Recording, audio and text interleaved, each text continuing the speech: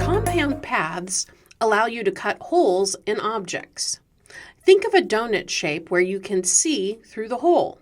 The cool thing about compound paths is that you can edit these separately with the direct selection tool.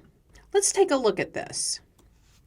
So I've selected my two objects, and I'm going to go to Object, Compound Path, and Make.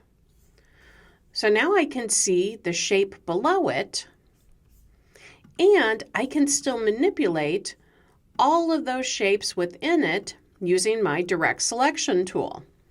I can also release my compound path using Object, Compound Path, and Release. This releases the path and makes them all the original shape. Now this might feel a little bit like using our pathfinders or our shape mode, and it really is. I can still do the same things, including releasing. So it's just another way to make paths and work with our artwork in different ways.